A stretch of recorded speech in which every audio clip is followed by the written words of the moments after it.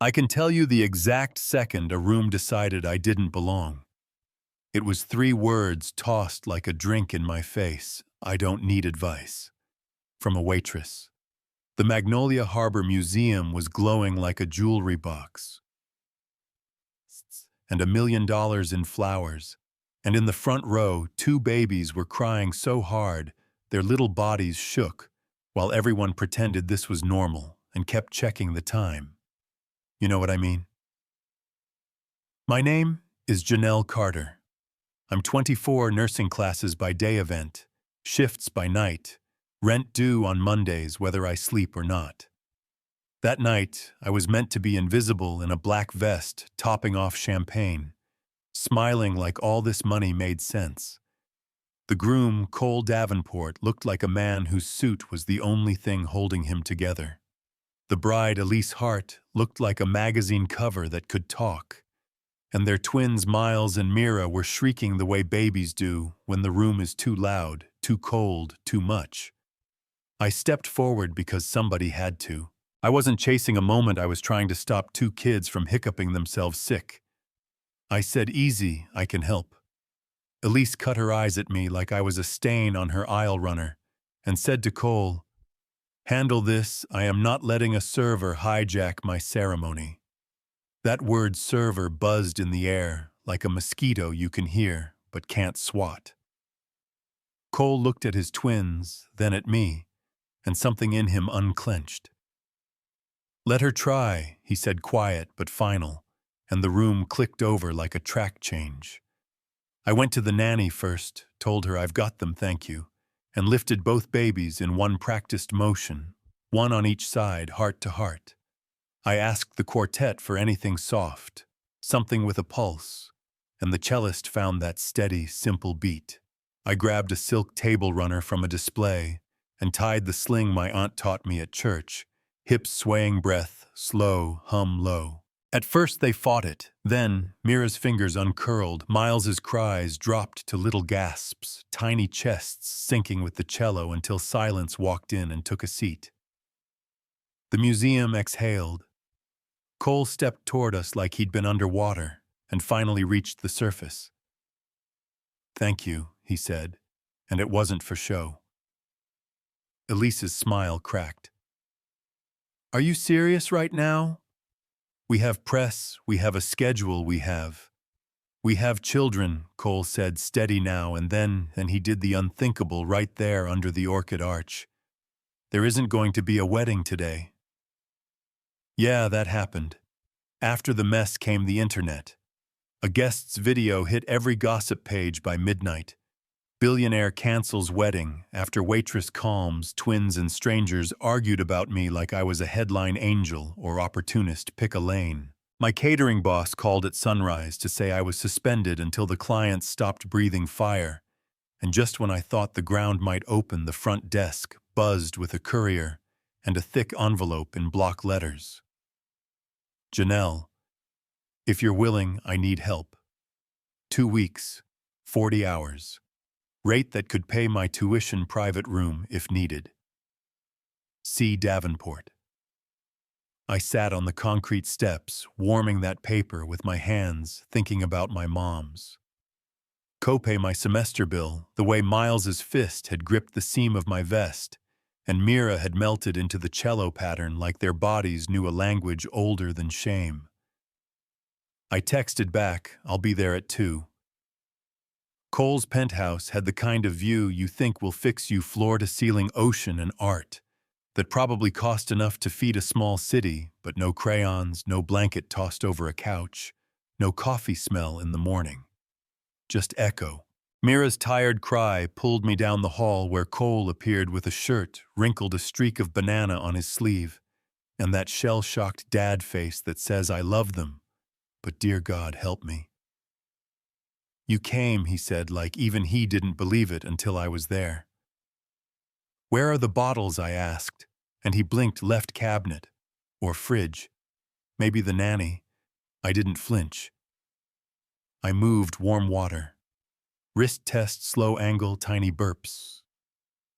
Miles started protesting like he had a union, so I took both, tucked them tight, found that sway again, and 5 minutes later the room was quiet, and Cole was blinking at me like I'd pulled a rabbit out of his marble countertop. "How do you do that?" he asked. "I listen," I said. "They're telling you what they need. You have to stop pretending you're supposed to know everything and just hear them." 2 weeks, he said, and nodded like he'd just signed a contract with himself. "Good," I told him. "But you're going to learn because this isn't about hiring help, this is about showing up." That became the rule of the house. I taught him the bottle shuffle, mix warm test burp track, and the diaper dance where you set the wipes before you open the tabs, or you will lose a sock and your pride. He burned oatmeal, fell asleep mid-story with a picture book on his chest, Googled rashes like he could out-research reality, and we laughed at 3 a.m., the way people laugh when the other option is crying. He wasn't effortless, but he was present, and presence, I learned, is a muscle. Day 4, the elevator opened, and in walked perfume and strategy. Elise in a cream blazer, you could probably mortgage, flanked by a publicist with a razor voice and an attorney who looked like he billed by the breath. "We need to talk about what's best for the children," she said, and stepped into the foyer like it owed her money. "Cole didn't blink the children you handed off at the ceremony for a photo op. That's your baseline." The attorney smiled thin and said, "Joint custody, current situation, unfair. A mother's role, all the lines you rehearse when you need to sound compassionate and in charge at the same time." From the nursery monitor, I heard my own name said like it was a curse. "The babysitter is playing mommy. Really, Cole? That's the example. He cut in replace you with the person who gets up at 2 a.m., who knows their bottle caps, who talks to them like they matter." Yes. The attorney promised court and an appeal to decorum, and as the elevator doors slid, Elise leaned to her publicist and hissed the sentence that cracked the whole thing open. "I just need to look good for court. Then we'll hire a new nanny who understands her place." The hallway camera caught it, tiny red light blinking, and Cole's lawyer filed it first thing in the morning. Courtrooms don't care about orchids, they care about clarity. Pale wood, tired faces, the clock louder than anybody wants to admit. Elise sat like a sculpture, navy dress, perfect posture that looks like virtue. If you don't know the story, her lawyer told the polished tale. Misunderstood woman, image-obsessed father, over-involved caregiver, confusing boundaries. And then our side pressed play on the hallway clip. You could feel the room shift.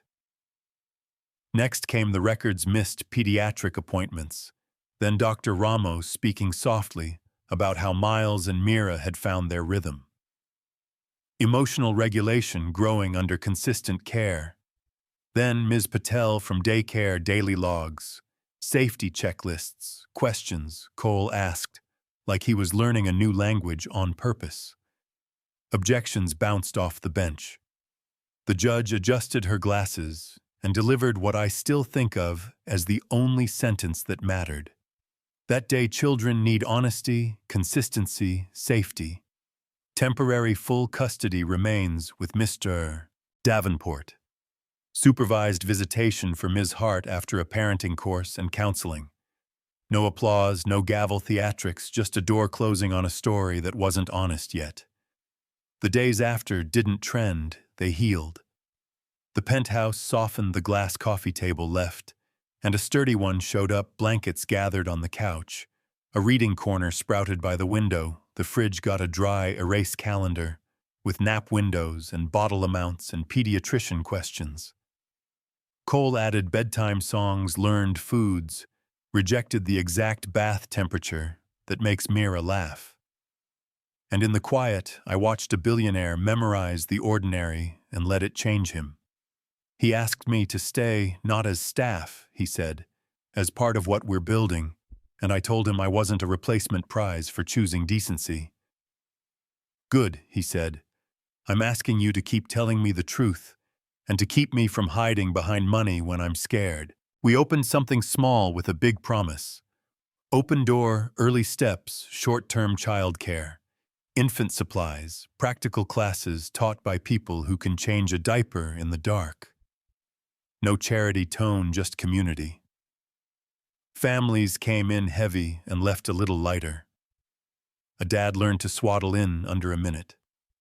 A mom who works nights drank a whole cup of coffee while someone else held the baby, and it felt like a miracle, even if it looked simple. Of course, the internet didn't quit.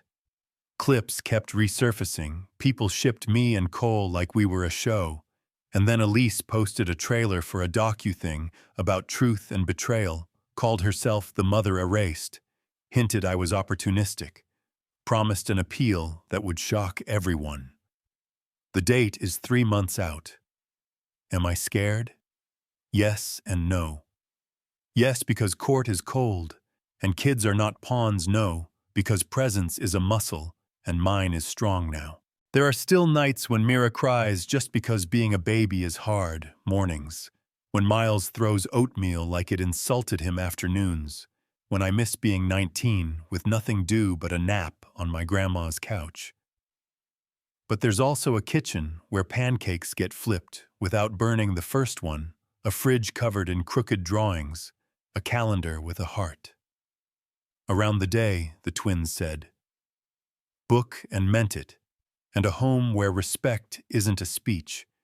It's 1,000 tiny actions repeated on purpose.